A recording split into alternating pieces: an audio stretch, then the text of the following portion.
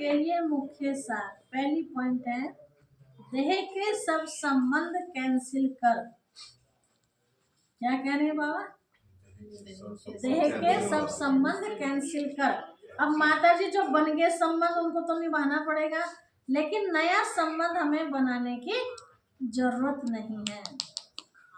देह के सब संबंध कैंसिल कर, आत्मा भाई भाई है यह निश्चय करना है और बाप को याद कर पूरे वर्षे का अधिकारी बनना है। जब ले रहे हैं तो पूरा लेना, अधूरा क्यों ले, है ना। दूसरी पॉइंट है अब पाप आत्माओं से लेन देन नहीं करनी है। परसों भी कहा था बाबा ने, आज फिर कह रहे हैं पाप आत्माओं से लेन देन नहीं करनी है। अब यह लेन देन से मतलब पता है क्या है? देखो जो हमारे सगे संबंधी हैं देह के, ना, चाची हैं, बेटी हैं, तो बेटी को देना है ना। नजदीक के जो संबंध है तो वहाँ देना होता है। वो बने संबंधी इसलिए क्योंकि हमारे ऊपर उनका कर्ज चढ़ा हुआ है, तो उस रूप में वो हमसे लेने के लिए आए हैं। लेकिन जहाँ हमारा कोई संबंध भी नहीं है और हमें कोई शादी का कार्ड दे के गया है, तो ऐसा नहीं कि नहीं जाना है, जाना है ना। टाइम निकाल के जाओ, हम भी जाते हैं, लेकिन वहाँ हमारा कुछ नया ऐसा हिसाब किताब ना बन जाए, तो उसके लिए अब लेन देन तो वहाँ भी करनी है। भाई किसी ने मुंह दिखाई के लिए बुलाया है, कार्ड भेजा है ना, तो वहाँ बाबा कहते हैं बच्चे वहाँ भी दो, लेकिन कैसी चीज दो जिससे आपका लेन देन का खाता ना बन जाए। उन्हें बाबा की कोई अच्छी किताब दे के आओ पढ़ने के लिए। चलो आप समझते हैं कि किताब तो सब नहीं पढ़ते हैं, तो उन्हें कोई ऐसा चित्र दे के आओ जो वे अपनी पूजा में रखें। जब भी वो पूजा करेंगे तो वो आपका चित्र देखेंगे, है ना, कि कितना अच्छा चित्र दिया मुझे ताई जी ने, चाची ने, जिसने भी, है ना, जो भी आप उनके लगते होंगे गाँव के हिसाब से, वो चीज़ देखा उन्हें ज्ञान सुना का थोड़ा सा। बेटा देखो मैं ये लक्ष्मी का चित्र आपको दे रही हूँ, आप ना बिल्कुल घर में लक्ष्मी जैसा बन के रहना, तो कभी भी दुखी नहीं होगी, है ना। ऐसे कान्हा जी का चित्र दे के आ रही हैं, तो देखो आपको ना इनकी पूजा के साथ साथ आप इनके गुणों को भी जीवन में लाना, कभी दुखी नहीं होगे, ऐसे उन्हें समझा के आना। बाकी साड़ी ले जाना या उनको पैसे हाथ में पकड़ाना, है ना, अगर हमने ऐसा किया तो ये कर्मों का हिसाब किताब बन जाएगा, क्योंकि वो फिर हमें देने आएंगी।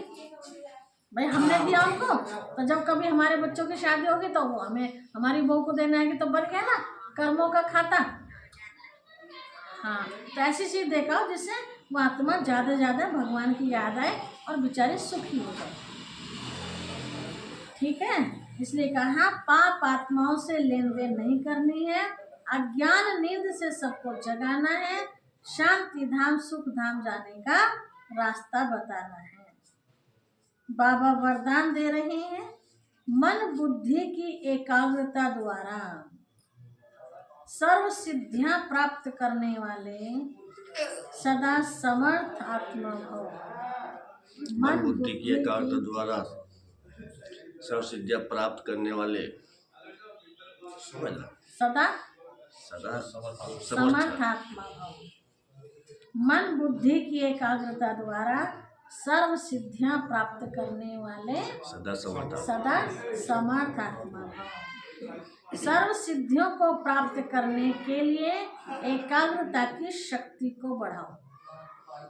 कोई भी हम काम सीखते हैं, दिमाग एक जगह होगा तभी तो उस काम को सीख पाएंगे। तो हर चीज में एकाग्रता की आवश्यकता होती है। ऐसे सिद्धियां प्राप्त करनी है, मतलब 12 से 2 बजे के बीच में करनी पड़ती है, 12 से 1 बजे तक सिद्धि। ऐसा नहीं है, नहीं वो दुनिया वाले जो करते हैं। हाँ वो दुनिया वाले करते हैं, बाकी ऐसा नहीं है कि 12 से तो करी कोई से 1 बजे तक करना पड़ेगा। सीखा था पर खुद नहीं सीखा गया। तो बाबा कहते हैं बच्चे सर्व सिद्धियों को प्राप्त करने के लिए एकाग्रता की शक्ति को बढ़ाओ। यह एकाग्रता की शक्ति सहज निर्विघ्न बना देती है, मेहनत करने की आवश्यकता नहीं रहती है। एक बाप दूसरा न कोई, इसका सहज अनुभव होता है। सहज एक रस स्थिति बन जाती है। सर्व के प्रति कल्याण की वृत्ति, भाई भाई की दृष्टि रहती है। लेकिन एकाग्र होने के लिए इतना समर्थ बनो जो मन बुद्धि सदा आपके ऑर्डर अनुसार चले। स्वप्न में भी सेकंड मात्र भी हलचल ना हो। इतनी एकाग्रता हो कि सपने में भी हलचल ना हो। संकल्प में स्वप्न में भी हलचल हो गए ना, तो हम तो समझ जाओ मैं, अब ये तो हो गई। अच्छा, स्लोगन है, कमल पुष्प के समान न्यारी रहो तो प्रभु के प्यार का पात्र बन जाएंगे। कमल फूल समान न्यारे प्यारे रहो तो क्या बन जाएंगे? प्रभु के प्यार का पात्र बन जाएंगे। पात्र मतलब बर्तन, है ना? तो ऑटोमेटिक प्यार हमारे बुद्धि रूपी बर्तन में टपकता रहेगा। तो ये थे बाबा के आज के साकार महावाक्य। मीठे बच्चे, आत्मा रूपी बैटरी को ज्ञान और योग से भरपूर कर सबको प्रधान बनना है, पानी के स्नान से नहीं।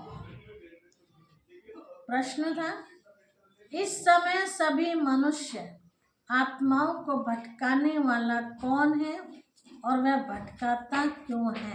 भटकाने वाला रावण है, क्योंकि रावण का अपना घर है ही नहीं। बाबा ने ये कहा, सभी को भटकाने वाला रावण है क्योंकि वह खुद भी भटकता है। भटक रहा था, उसे अपना कोई घर नहीं। रावण को कोई बाबा नहीं कहेंगे। बाप तो परम धाम घर से आते हैं अपने बच्चों को ठिकाना देने। अभी तुम्हें घर का पता चल गया है, इसीलिए तुम भटकते नहीं हो। तुम कहते हो, क्या कहते हो? बाबा कह रहे अब तुम भटकते नहीं हो, भटकना हमारा बंद हो गया है। हम कहते हैं हम तो परम धाम के निवासी हैं। हमारा तुम कहते हो शिव बाबा को याद करना है। ओम शांति। क्या कहा बाबा ने? मन बुद्धि की एकाग्रता द्वारा सर्व सिद्धियां प्राप्त करने वाले समर्थ आत्मा भाव। माताओं क्या कहा बाबा ने? आज भूलिए मना दे।